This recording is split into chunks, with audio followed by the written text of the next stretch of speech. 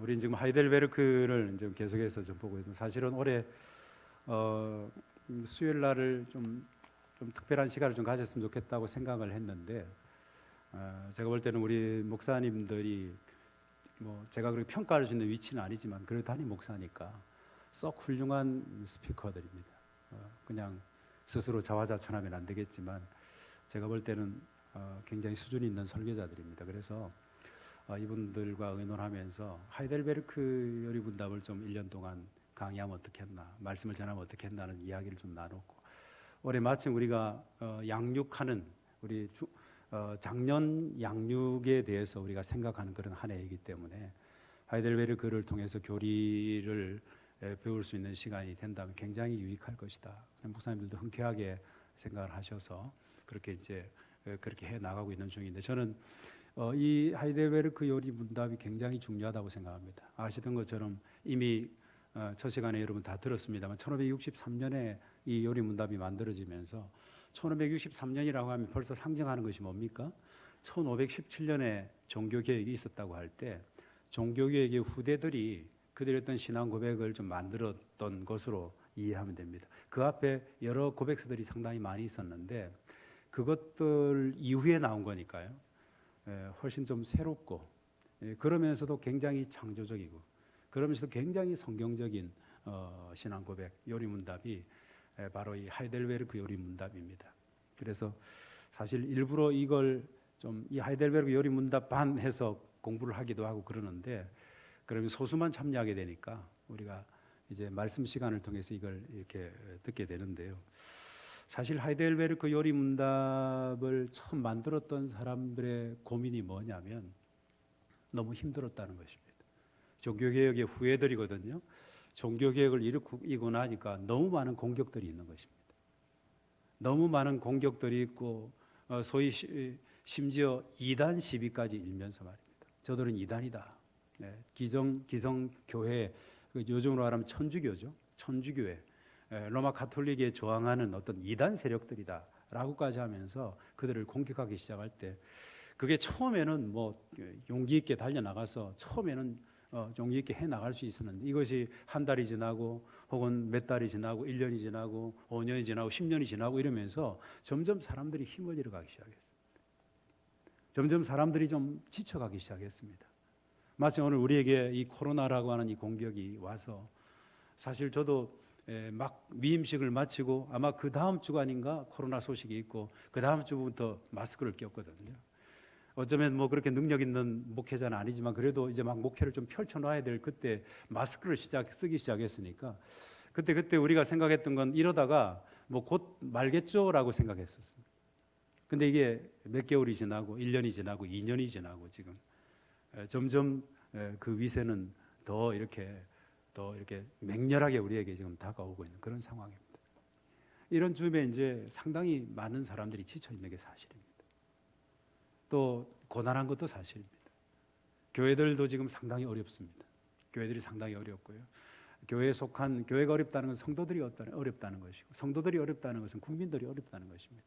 이것은 우리의 문제뿐만 아니라 전 세계 모든 열방의 모든 나라에 걸쳐 있는 그런 어려움이기도 합니다. 지금 베이징 올림픽이 지금 동계올림픽이 있다고 하는데 작년 그 도쿄올림픽에 이어서 이번에도 뭐 무관중으로 하겠다, 뭐 여러 가지 이야기들이 있더라고요. 사실은 축제가 돼야 될 그 시간이 그렇게밖에 될 수 없는 것이 현실인 것 같아요. 적어도 지금부터 수백 년 전에 하이델베르크 요리문답을 처음 만들었던 사람들도 역시 그랬어요. 그래서 정말 우리에게 무엇이 위로가 될 것인가? 우리의 위로는 도대체 무엇인가? 무엇이 우리에게 위안이 될 것인가? 그렇게 출발해서 만든 것이 하이델베르크 요리문답입니다. 하이델베르크 요리문답의 제1문의 그 질문이 뭡니까? 살아서나 죽어서나 당신의 유일한 위로는 무엇입니까? 여러분의 위로는 무엇입니까? 오늘 잠깐 앞에 복습을 약간 하기로 해서 뒤집어 메뉴로 복습해서 나와 있을 겁니다. 살아서나 죽어서나 당신의 유일한 위로가 무엇입니까? 라고 질문했고요. 거기에 대한 대답을 한번 같이 읽어볼까요? 시작. 살아서나 죽어서나 나는 나의 것이 아니요 몸도 영혼도 나의 신실하신 구주 예수 그리스도의 것입니다.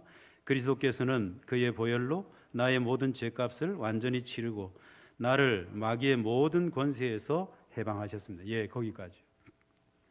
우리의 유일한 위로가 뭐냐면 나는 나의 것이 아니고 누구의 것이라고요? 그리스도의 것이다. 그리스도의 것이다.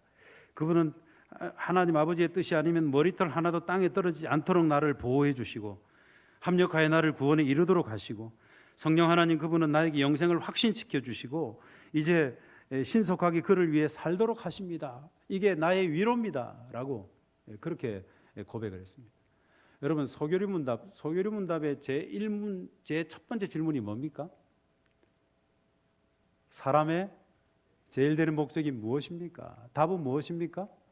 하나님을 영화롭게 하고 영원토록 그를 즐거워하는 것이다. 이건 소교리문답을 다 몰라도 이건 알아요. 마찬가지로 오늘 이 제1문 하이델베르크 요리문답의 제1문 살아서나 죽어서나 당신의 유일한 위로는 무엇입니까? 이 하이델베르크 요리문답 다 마치고 나서 다 잊어버려도 좋아요. 근데 이건 알아야 됩니다. 마치 그 소교리문답 제1문답에 사람이 제일 되는 목적이 뭡니까? 라는 걸 우리가 그냥 물으면 알고 대답하는 것처럼 말이에요. 대답은 좀 길긴 하지만 사람의 어떤 우리의 유일한 위로는 무엇입니까? 위로에 대한 어떤 질문인 걸 여러분 분명히 알아야 돼요. 그것 때문에 출발한 거기 때문에. 기본적으로는 예수 그리스도 그분이 나의 위로다. 나를 보호하신 하나님, 그리고 나를 깨닫게 하시고 하나님께로 인도하신 그 성령 하나님, 성부 하나님, 성령 하나님, 성자 하나님, 그분, 그 삼위 하나님이 나의 위로이시다. 한번 따라합시다. 하나님이 나의 위로입니다. 아멘입니까? 여러분 이것을 꼭 붙드시기 바랍니다. 아마 이 하이델베르크 요리문답을 만들었던 그분들처럼 우리는 참 어떻게 보면 위로가 필요한 시절을 살고 있는데요. 우리의 위로가 도대체 무엇인가? 우리의 참된 위안은 도대체 무엇인가? 삼위 하나님 그분이 우리의 위로입니다. 하나님이 나의 위로입니다. 이걸 분명히 붙들고요. 그 다음에 이 문에서 이런 위로 가운데 복된 인생으로 살고 죽기 위해서 당신은 무엇을 알아야 합니까? 다음에 세 부분을 알아야 한다고 그랬죠. 첫 번째는 뭡니까? 나의 죄와 비참함이 얼마나 큰지. 벌써 새까맣게 잊어버렸을 줄 알고 제가 다시 말씀드리는 거예요. 죄와 비참함이 얼마나 큰지. 율법이 몽학 선생이 돼가지고 이걸 막 지적하는 거예요. 갈라디아서에 나오는 것처럼 율법이 몽학 선생이 되어서 우리를 그렇게 막 지적하는 거예요. 우리의 죄가 얼마나 크고 우리의 죄 때문에 우리가 얼마나 비참한지. 이게 첫 번째예요. 이게 이제 3문에서 11문까지 오늘 제가 이제 마지막 11문까지 할 텐데 이게 첫 번째 부분입니다. 그리고 두 번째 부분에서는 나의 모든 죄와 비참으로부터 어떻게 뭡니까? 구원받는가. 예, 감사합니다. 예, 훌륭한 학생들이 많이 계시네요. 어떻게 구원받는가? 첫 번째로는 나의 죄와 비참이 얼마나 큰가 하는 것이고 두 번째로는 어떻게 내가 구원받는가. 예. 그래서 여기에서 특별히 그 12문부터 85문까지 나오는데 그리스도를 통한 어떤 구속, 내가 어떻게 구원받습니까? 예수 그리스도를 통해서 우리는 구원받습니다. 그 하는 걸 쭉 이제 제 2부에서 얘기할 거예요. 근데 여기에서 설명하는 게 뭐냐면 사도신경과 성례를 가지고 설명할 겁니다. 그래서 이번 주 말고 다음 주부터는 이제 어떻게 내가 구원받는가, 어떻게 우리가 이 죄와 비참으로부터 구원받는가 하는 얘기를 할 텐데 사도신경과 성례의 문제를 가지고 그렇게 설명해 주겠구나 하는 것입니다. 그 다음에 세 번째 부분으로 가서 3부인데요. 그러한 구원을 주신 하나님께 어떻게 감사를 드려야 되는가. 그래서 이 감사, 어떻게 감사를 드려야 되는가. 세 번째는 감사입니다. 그런데 이 감사는 누가 이렇게 성령 하나님이, 따라합시다. 성령 하나님이 감사를 깨닫게 하십니다. 한 번 더요. 감사를 일으키십니다. 우리를 감사하게 하는 분은 성령 하나님이에요. 성령 하나님. 첫 번째로는 뭡니까? 죄와 비참함이 얼마나 큰지. 두 번째로는 예수 그리스도를 나의 모든 죄와 비참함으로부터 어떻게 구원받는지 그리스도를 통해 구원받는다고 하는 설명을 드리게 될 것입니다. 그 다음에 이 구원을 주신 하나님께 어떻게 감사를 드려야 될지. 그래서 맨 밑에 딴딴딴해서 밑에다가 마지막 정리를 해놨죠. 이와 같이 인간의 신분을 세 가지로 구분했어요. 첫 번째로는 비참, 두 번째로는 구원, 세 번째로는 감사. 그래서 이걸 가지고 이제 조금 전에 그 두 번째 어떻게 구원받는가 하는 것을 사도신경과 성례를 가지고 설명한다고 그랬는데, 감사에 대한 세 번째 부분에서는요, 그 사도신경 그리고 십계명 그리고 주기도문, 이걸 가지고 설명할 겁니다. 감사에 대해서는. 그래서 결국 네 가지 가지고서는 사도신경, 성례를 가지고는 우리의 구원에 대해서, 그리고 십계명과 주기도문을 가지고는 우리의 감사에, 어떻게 감사를 불러일으키시는가 하는 것에 대해서 설명할 겁니다. 그래서 이 구조를 절대로 잊으면 안 됩니다. 첫 번째는요, 따라합시다. 위로.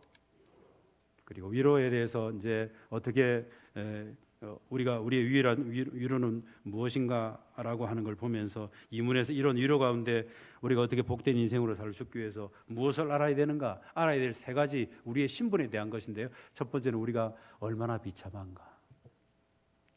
그리고 우리가 예수 그리스도로부터 어떻게 구원받았는가, 구원에 대한 문제, 비참에 대한 문제, 구원에 대한 문제, 그리고 성령 하나님을 말미암아 우리가 어떻게 감사를 깨닫는가, 감사가 어떻게 일으켜졌는가, 감사. 그래서 비참과 구원과 감사, 따라합시다. 비참, 구원, 감사, 이것만 다 하면 끝났어요.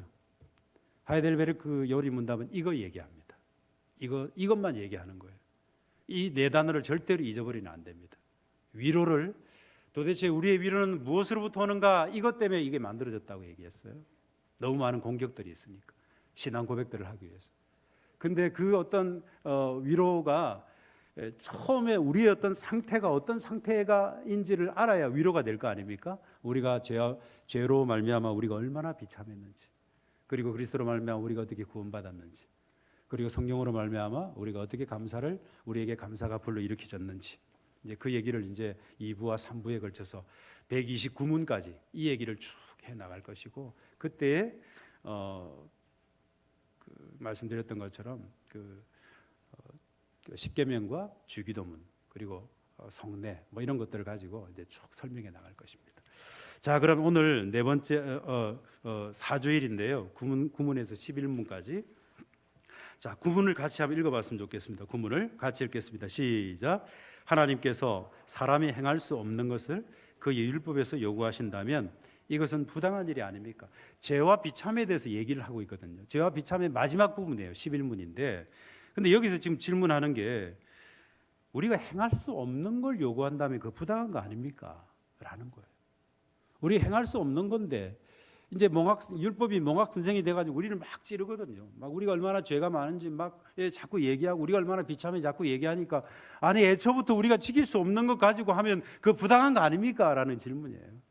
거기에 대한 대답이 뭡니까? 같이 읽겠습니다. 시작. 아닙니다. 하나님은 사람이 행할 수 있도록 창조하셨으나 사람은 마귀의 깸에 빠져 고의로 불순종하였고, 그 결과 자기 자신뿐 아니라 그의 모든 후손도 하나님의 그러한 선물들을 상실하게 되었습니다. 자, 여기서 질문을 하나, 거기 이제 첫 번째로 진노를 내리시는 분이 그러면 불의하시냐, 불의하신 거냐? 본래 하나님께서 인간을 선하게 창조하셨는데, 보시기 좋았더라 그랬어요.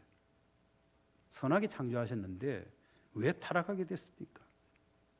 혹시 원래부터 지키기 어려운 법은 아니었습니까?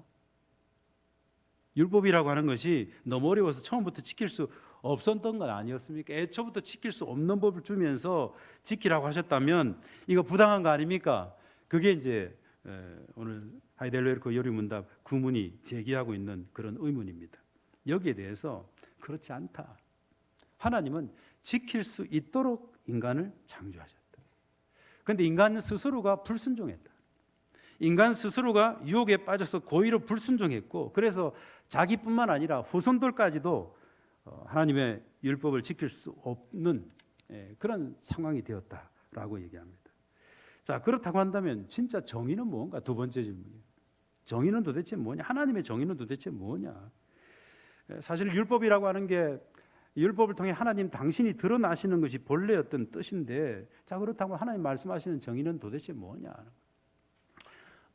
예전에 학교 다닐 때 이제 이건 장난스럽게 이제 군대 갔다 온 선배들이 그러는 거예요. 500원짜리 주면서, 자, 500원 줄 테니까 가서 뭘 이제 심부름을 시키는 거예요. 뭐 새우깡 10봉다리 사오고 라면 뭐 10개 사오고 그다음에 아이스크림도 얼마 사오고. 사실은 말도 안 되는 소리거든요. 제가 학교 다닐 때 라면이 아마 한 500원 했는지 모르겠어요. 라면 끓여서 파는 게. 근데 한 500원 주면서 라면 10봉지 사오라 하면 그게 말이 되겠습니까? 사실은 있을 수 없는 얘기죠. 있을 수 없는 불의한 얘기예요. 어떻게 봐도. 마찬가지로 하나님께서 우리에게 너희들 걸어만 다니지 말고 좀 새처럼 날아다녀봐라. 혹은 저 바다 속에 물고기처럼 헤엄치면서 한번 다녀봐라. 만약에 그렇게 얘기하신다면 그것도 분명히 어떻습니까? 부당한 요구예요. 그렇죠. 어떤 능력을 주신 것도 아니에요. 차라리 그 선배가 한 10만 원을 준다든지 뭐 얼마나 주어서 가 사와라 그러면 불의한 건 아니거든요. 하나님께서 우리에게 날개를 주시고 아가미도 주시고 이래가지고 날개 하시고 물속에서 헤엄치게 하시고 그러면서 하늘을 날아봐라 뭐 물속에서 헤엄쳐봐라 그러면 불의한 게 아니거든요. 사실은 할 수 없도록 해놓고 한번 날아봐라 할 수 없도록 해놓고 가서 사와봐라 이거 좀 불의한 거 아니냐. 근데 여러분 전혀 다른 얘기를 또 할 수 있습니다. 어떤 주인이 종에게 한 1억을 빌려줬다고 1억을 줬어요. 1억을 줬습니다. 빌려줬습니다. 근데 이 종이 이 1억을 막 흥청망청 다 써버려가지고 어느 날 갑자기 알거지가 돼버렸습니다. 이제 기한이 돼서 갚아야 되는데 갚을 수 있는 능력이 없어요. 자, 그렇다고 한다면 이 주인이 종에게 갚으라고 하는 것이 맞겠습니까? 틀렸습니까? 마음씨가 좋으셔가지고 그래도 주인이 안 갚게 하는 게 맞지 않을까요? 그렇게 생각할지 모르겠는데 그래도 갚으라고 그냥 하는 게 맞아요. 왜냐하면 빌려간 것이니까. 분명 그 종은 어떻습니까? 채무가 있는 것입니다. 은행에 우리가 돈을 빌렸습니다. 은행에 돈을 빌렸는데 우리가 그 돈을 갚을 나중에 능력이 없습니다. 은행이 아이고 우리 은행엔 돈이 많으니까 그 뭐 한 1억쯤 되는 거 얼마 안 되니까 그냥 안 갚아도 됩니다. 그럴 수 있겠습니까, 여러분? 그럴 수는 없는 것이죠. 정당하게 돈을 갚으라고 하는 은행이 불의한 게 아니에요. 정당하게 돈을 갚으라고 하는 주인이 불의한 거 아니에요. 마찬가지로 율법을 준수하지 못한 인간들에게 하나님께서 율법을 지키지 못한다고 해서 그렇게 진노하시고 불의하다고 말씀하시고 할 때 그것은 절대로 잘못된 건 아닙니다. 이 일을 통해서 하나님께서 그 율법을 통해 율법이 몽학선생에 대해서 우리에게 깨닫게 하는 게 뭐냐면 우리가 얼마나 죄인인가 하는 것을 깨닫게 하는 거예요. 만약 그렇지 않으면 우리는 깨달을 수 없어요. 만약 이걸 말씀하지 않는다면 하나님이 불의한 분이에요. 율법 지킬 거 필요 없어. 어차피 네가 지킬 수 없는 거였어. 안 지켜도 돼. 아니에요. 원래 지켜야 되는 거예요. 근데 우리 스스로 죄에 빠져버린 바람에 우리 스스로 유혹에 빠지는 바람에 우리 스스로 지킬 수 없는 상황이 되어버린 것입니다. 자, 그렇다고 한다면 자연스럽게 신문으로 넘어갑니다. 신문을 같이 한번 읽어보겠습니다. 시작. 하나님께서는 그러한 불순종과 반역을 형벌하지 않고 지나치시겠습니까?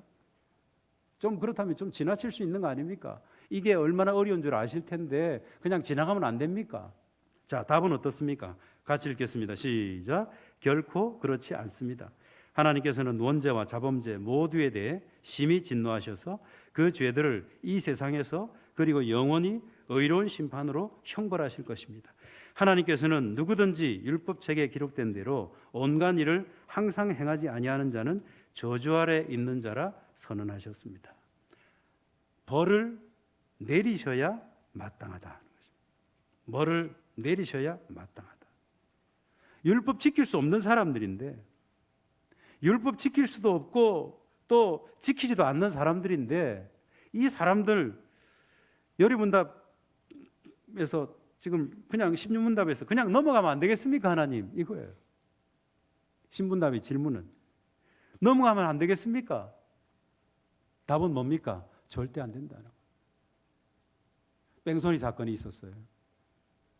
제가 그랬다는 게 아니고요. 이를테면 어떤 사람이 뺑소니 사건을 목격했습니다. 자, 어떻게 해야 될까요? 신고를 해야 될까요? 안 해야 될까요? 근데 신고를 하려고 하니까 얼마나 번거롭습니까? 경찰서에 가야 되죠. 또 그리고 이런저런 얘기도 해야 돼, 진술도 해야 되죠. 혹시나 내가 또 보복당할 수도 있죠. 번거로워요. 그래서 이거 번거로워서 좀 안 하면 어떻겠나? 그냥 그래서 적지 않은 사람들이 그냥 지나가는 경우도 좀 많이 있는 것 같아요. 하나님께서 어떤 법을 제정하셨는데 그것을 어기는 사람 일일이 벌 주는 것, 하나님 입장에서 번거로운 일 아닙니까? 하나님 얼마나 바쁘십니까? 하나님 저 태국에서도 기도하고, 저 아프리카에서도 기도하고, 저 미국에서도 기도하고, 북한 땅에서 기도하고, 기도하는 사람도 많고 그 교회도 많고 얼마나 많은데 하나님 일일이 다 하고 간섭하셔서 축복하시고 이끌어 가시고 얼마나 바쁘신데 이 벌 받은 사람까지도 일일이 다 체크하셔가지고 다 벌 주셔야 되겠습니까? 좀 넘어가면 안 됩니까? 그게 신문이에요. 그게 질문이에요. 하나님 뭐라고 대답하십니까? 만약에 부모가 말을 안 듣는 자녀들에게 아무런 제재를 가하지 않고 아무런 화도 내지 않고 그냥 화만 혹시 내더라도 그냥 아무런 벌도 제재도 가하지 않는다고 한다면 그냥 잔소리로 끝나버리고 나중에는 부모 말을 완전히 무시하게 될 것이다. 율법도 마찬가지다. 율법이라고 하는 거 지키라고 요구만 하시고 그냥 불순종한 자들 그냥 내버려 두신다고 한다면 하나님은 당신이 세운 그 법에 대해서 스스로 무관심한 분이 되고 마는 것입니다. 그리고 그런 하나님은 하나님이라고 말씀하기가 참 애매합니다. 하나님은 법을 세우실 뿐만 아니라 지키지 않는 자에게 진노하시고 오늘 신명기에 나오는 말씀처럼 말해요.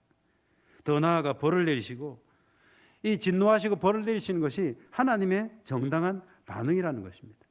그리고 무엇보다도 이 진노를 우리가 두려워해야 될 이유는 이 진노가 이어져서 넘어가서 영원한 심판으로까지 연결된다는 사실. 영원한 심판까지. 이건 단순한 협박이 아니에요. 이건 실제로 시행이 될 것입니다. 성경에 나오는 이 말씀들은 그대로 실제로 시행이 될 것이고 절대로 취소될 수 없습니다. 그러니까 이쯤 되면 우리가 의문을 제기. 영원한 심판까지 넘어간 거 아닙니까? 거기까지 넘어가신 거 아닙니까? 영원한 형벌로 진노하시는 것 넘어간 거 아닙니까? 하나님께서는 어떤 분인지 잘 몰라서 지금 그렇게 얘기하는데요. 하나님의 법을 어기는 사람에게는 어떤 법이 적당할까?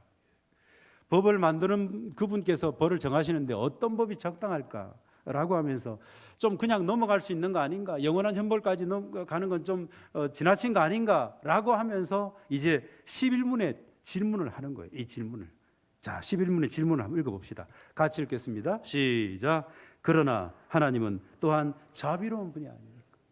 하나님 자비의 하나님 아니십니까? 이거 좀 넘어갈 수 있는 거 아닙니까? 혹 넘어갈 수 없다 하더라도 이거 영원한 형벌까지 연결되는 것 이거 좀 너무한 거 아닙니까? 라고 얘기합니다. 자, 거기에 대한 대답이 뭔가요? 같이 읽겠습니다. 시작. 하나님은 자비로우신 분이나 동시에 의로우신 분이십니다. 죄는 하나님의 지극히 높으신 어미를 거슬러 짓는 것이므로 하나님의 공의는 이 죄에 대해 최고의 형벌 곧 몸과 영혼에 영원한 형벌을 내릴 것을 요구합니다. 뭐라고 얘기합니까? 자비로우신 하나님인데 좀 한번 봐주면 안 됩니까? 하나님은 자비로우신 하나님인 동시에 또 어떤 하나님이십니까? 의로운 하나님. 그래서 거기 갈로에 하나님의 자비와 하나님의 의에 대해서 하나님의 자비와 의 이게 계속 어떻게 보면 충돌되는 것처럼 하나님께서는 자비로우신 분 아닙니까? 자비로운 분인데 좀 봐주면 안 됩니까? 이거 넘어갈 수 있는 거 아닙니까? 율법 지키기 너무 힘든데 그냥 눈 감아주면 안 됩니까? 자비로우신 하나님이. 답은 뭐라고 합니까? 하나님께서 자비로운 분이시지만 또한 하나님은 의로운 분이시다. 그래서 마냥 자비로만 이들을 용납할 수는 없다. 여기에 대해서 정말 많은 신학적인 논쟁들이 있었습니다. 정말 많은 논쟁들이 있었습니다. 특히 하나님 전능하신 하나님 아니십니까? 모든 것 할 수 있는 분 아닙니까? 죄인들도 벌하지 않고 마음만 먹으면 용서할 수 있는 분 아닙니까? 전능하신 하나님이신데. 근데 여러분 우리가 기억할 것은요, 하나님이 어떤 분인가 할 때 하나님은 무한하신 하나님, 영원하신 하나님, 불변하신 하나님, 자비하신 하나님, 의로우신 하나님, 뭐 여러 어떤 속성들, 하나님의 어떤 속성에 대해서 아마 여러분 뭐 이렇게 교리 공부를 하면서 하신 적이 있는지 모르겠어요. 뭐 공유적 속성이 어떻고 비공유적 속성이 어떻고 그러니까 우리와 함께 공유하시는 속성도 있고 우리에게는 없는 하나님에게만 있는 그런 비공유적 속성도 있는데 뭐 이런 것들 아마 여러분 한 번쯤 배웠을지 모르겠어요. 하나님에게 여러 속성들이 있어요. 근데 여러분 그 속성들 사이에 서로 부딪힘이 있으면 안 된다는 것입니다. 이게 모순이 있으면 안 된다는 것입니다. 자비로운 하나님, 근데 의로우신 하나님, 이 두 속성이 충돌해서는 안 된다는 것입니다. 그래서 하나님께서 죄를 용서하심으로 자비하신 하나님으로만 나타나신다고 한다면 의로움이 손상될 수 있습니다. 공의로운 하나님이 손상될 수 있습니다. 그래서 하나님의 자비를, 하나님의 사랑이 무한하시니까 잘못을 비는 사람은 누구나 다 차별 없이 용서해 주신다, 이런 식으로 이해할 수는 없다는 것입니다. 만약 그렇게 된다면 방종이 나오지 않겠습니까? 아무렇게나 살지 않겠습니까? 여러분, 자녀 교육을 그렇게 할 수 없지 않습니까? 예전에 아이들 키우면서 그랬어요. 잘못하면 한 5분 동안 서로 싸우면 서로 얼굴 마주보면서 서로 이렇게 미안하다, 사랑한다 얘기하게 한다든지, 아빠 서재 옆에서 손을 들고 있게 한다든지, 좀 엄하게, 때로는 우리 집 모습에는 좀 해초리도 좀 맞았어요. 여자아이들은 차마 그럴 수 없어서 못했지만 해초리도 좀 맞았어요. 만약 그렇지 않으면 어떻게 될 것인가 하는 거예요. 방종할 수밖에 없어요. 아버지가 분명 사랑의 아버지예요. 생각만 해도 그냥 좋아요. 그런데 사랑의 아버지로만, 자비로우신 하나님으로만 그냥 갔다가는 어떻게 됩니까? 그 자녀가 어떻게 되겠습니까? 의로우신 하나님, 공의로우신 하나님, 이 속성이 같이 가야 되는 거예요.